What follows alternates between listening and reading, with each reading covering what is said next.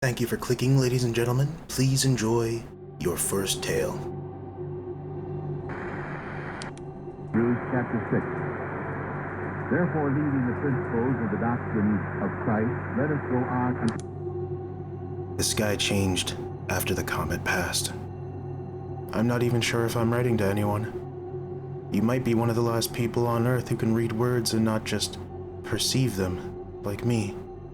A small comet, not larger than 300 meters across, had been pulled into our Earth's gravity and became our new moon. Astronomers didn't know why. It did not behave normally. Its path was too regular.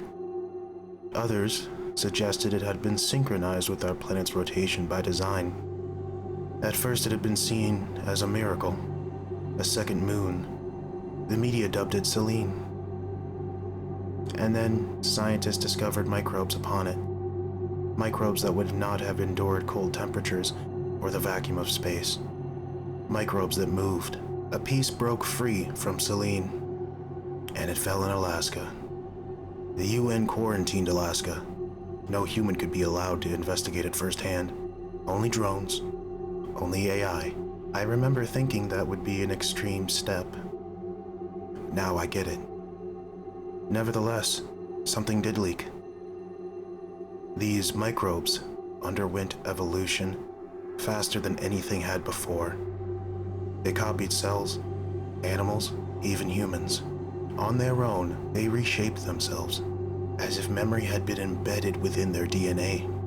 There are, of course, the animals. The rabbits, geckos, insects revealed by a break into an illicit lab. They started to die. They started to die, and not from an infection, but from duplication. Their habits, twitches, stances, duplicated by bacteria. The animals witnessed it. We glassed the location. America wasn't taking us seriously, but now everyone knows. Because it's not Alaska anymore.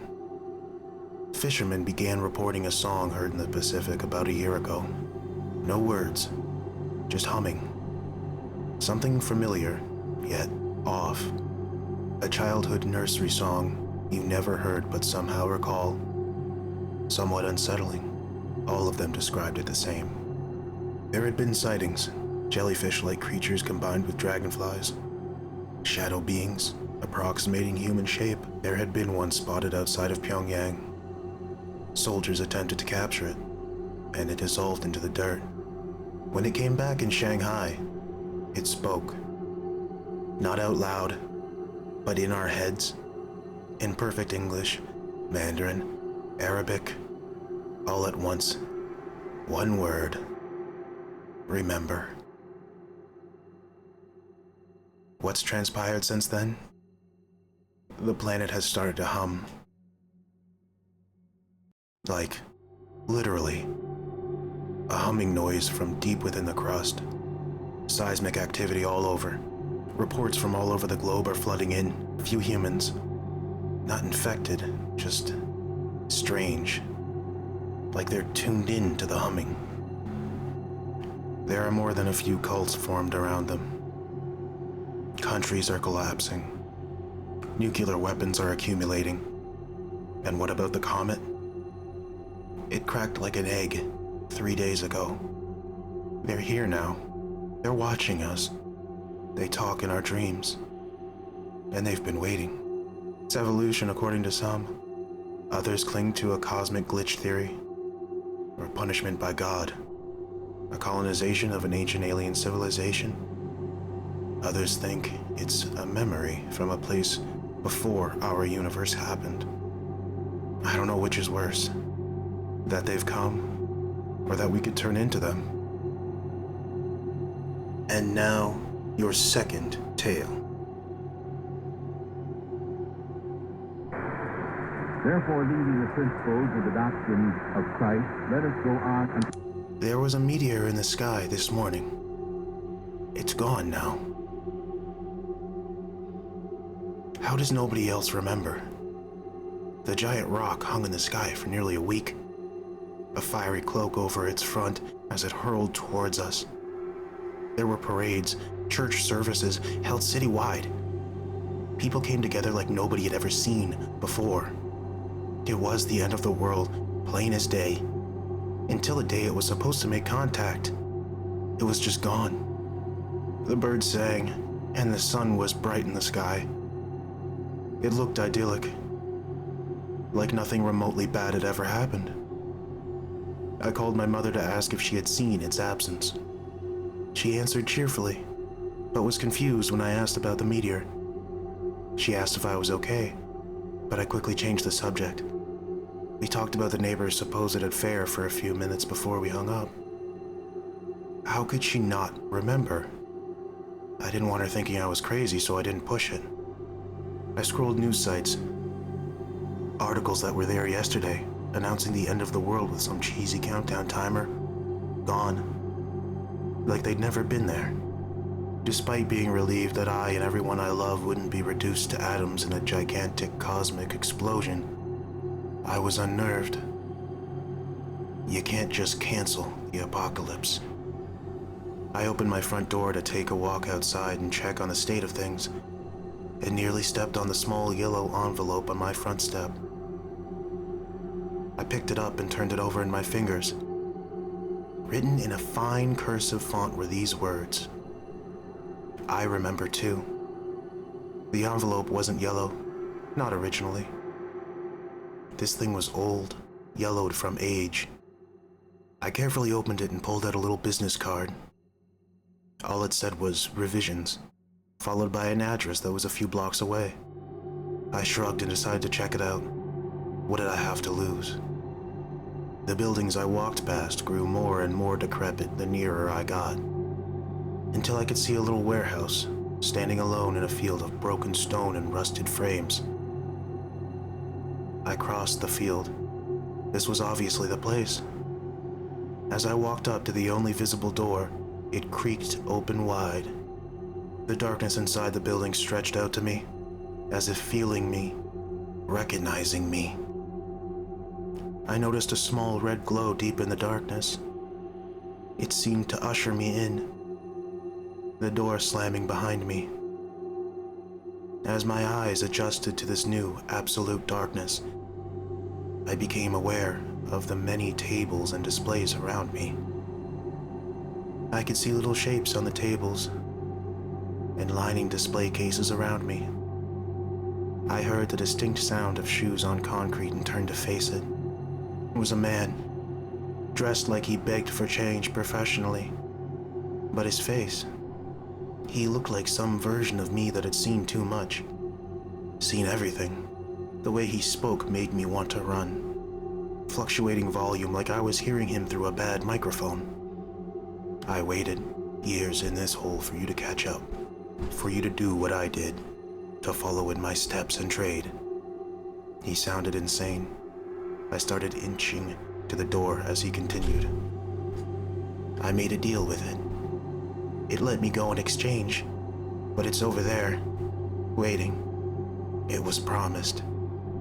It will be fulfilled. It sent me here but didn't say when. Every hair on my body was standing on end, and I started breathing heavy, sweating heavier. With no warning or signal whatsoever, the other me lunged, fast, impossibly fast. I looked down too late. His hand was wrist deep in my chest cavity. I only saw his crooked grin as the darkness claimed my vision. When I awoke, somehow, I was in the same building, but it felt different, hotter. I got to my feet and patted my chest for a gaping, hand-sized hole. But there wasn't one. And that was more concerning than if there had been one. I stumbled out of the little kiln into the sunlight. It was dim. I must have been there for hours. I used my hand to shade my eyes as I looked up. The sun was high in the sky like I remembered, but it was obscured by the gigantic meteor that vanished that morning. I broke into an immediate panic. I ran back into the warehouse and rifled through a pile of documents on the table. I found among them an ancient scrap of parchment, a sheet of regular notebook paper folded up around it. The parchment was illegible to me. I couldn't identify the language, but someone did. The sheet of paper only had a few things on it. Instructions. A diagram of where to place lit candles and where to spill the blood.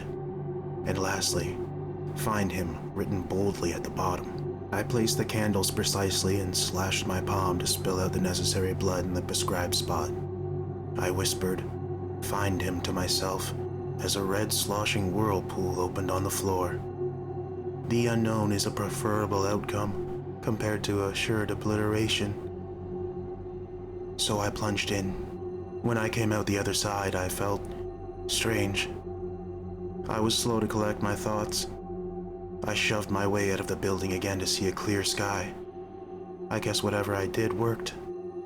Then I saw him. Me. Walking towards the building. I hid, knowing what was going to happen next. The new other me, fresh looking and clean, walked into the dark and started observing the clutter around the room. He didn't see me until I was a couple feet away. I tried talking to him, but I sounded crazy, like my speech was a copy of a copy. I wanted to explain what I was about to do, but it felt like I was forbidden from breaking the chain. That other me fed his whole world into the meteor to escape his death. And here I was doing the same. I'm writing this as a confession, a plea for forgiveness. I can't forgive myself, however you choose to interpret that. I feel sorry for the me who's still feeding that giant, hungry rock. And finally, the third tale.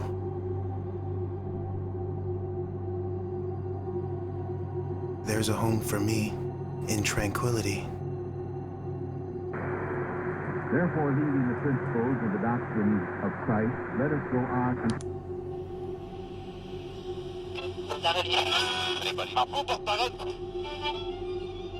Since I was a child, my gaze has always been fixed heavenward. The stars and moon had always had some sort of spell over me.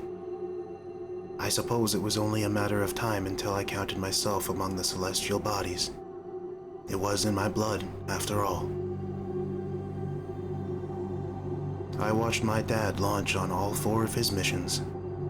He'd be up there for weeks at a time, and when he came home, he didn't talk about it.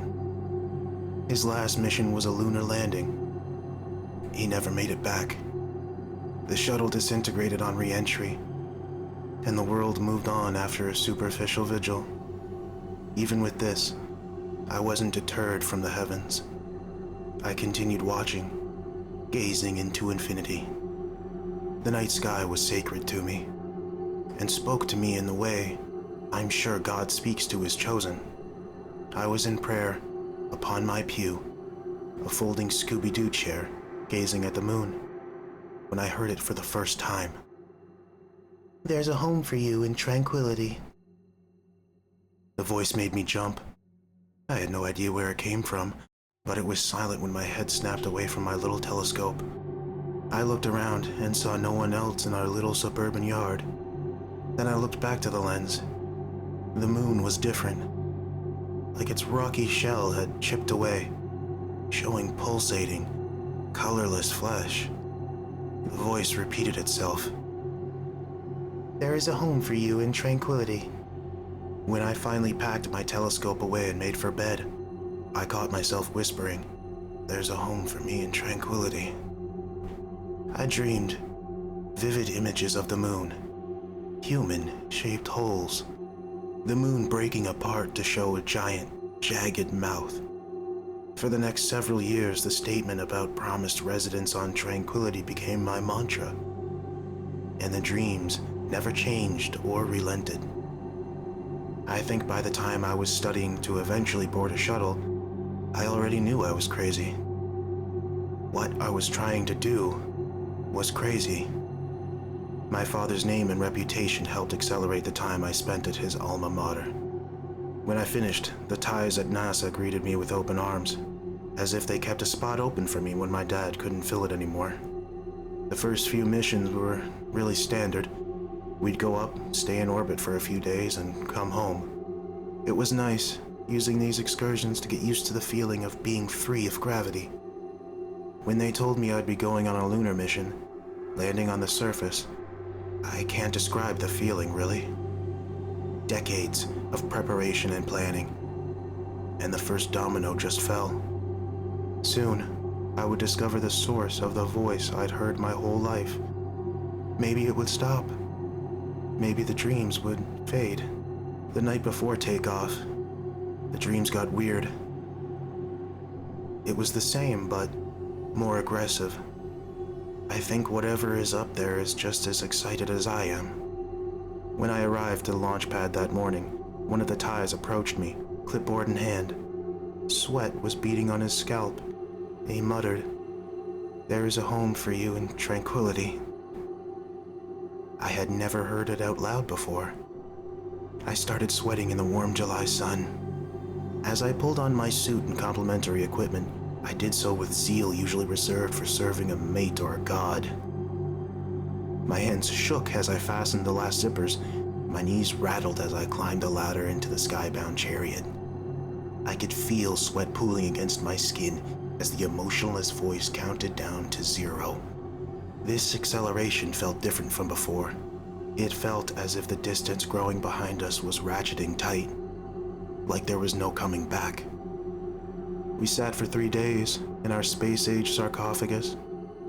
Seeing the moon from your front yard and seeing it from its own surface are surprisingly similar experiences. Vast gray nothingness filled the horizon, craters and mounds punctuating the land like braille for some deity. We were a few hours' walk from a very large crater. We call it the Sea of Tranquility.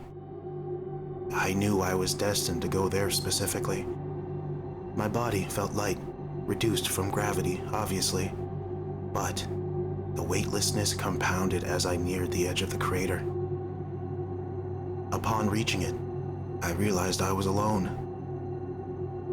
The 2 fellow spacefarers that accompanied me had seemingly vanished. I'm still not sure what happened to them. Maybe they too had homes waiting for them in tranquility. I vaulted over the edge and drifted down to the bottom of the hole. I thought it might have been one of my crewmates when I first saw it. A dark little spot with arms and legs. I closed the distance with long jumping bounds.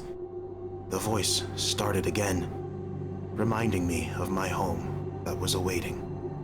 When I got close, I identified the spot as a hole with arms, legs, and a head. The shape was rounded as if to accommodate, say, a spacesuit exactly like the one I was wearing. As I looked down into the hole, it felt like it reached out to me, my rapid breath fogging my visor as the voice droned in my head. Another voice coming through the radio built into my helmet broke my trance. It was my fellow visitors to Luna, demanding I report back to the landing craft. I groaned and leapt away toward the little metal shack. As I crested the crater, I could see them again in the distance, waiting for me. I rejoined them and we stuffed ourselves into our little pocket of comfort. They're asleep now. I waited hours for them to finish running tests and cataloging samples. They'll probably be able to read this. I'm posting it here as well, hoping my family finds it. As I type, I keep occasionally glancing out at the lunar surface, whispering my mantra, not waking my comrades, glancing toward the crater, toward my home in tranquility.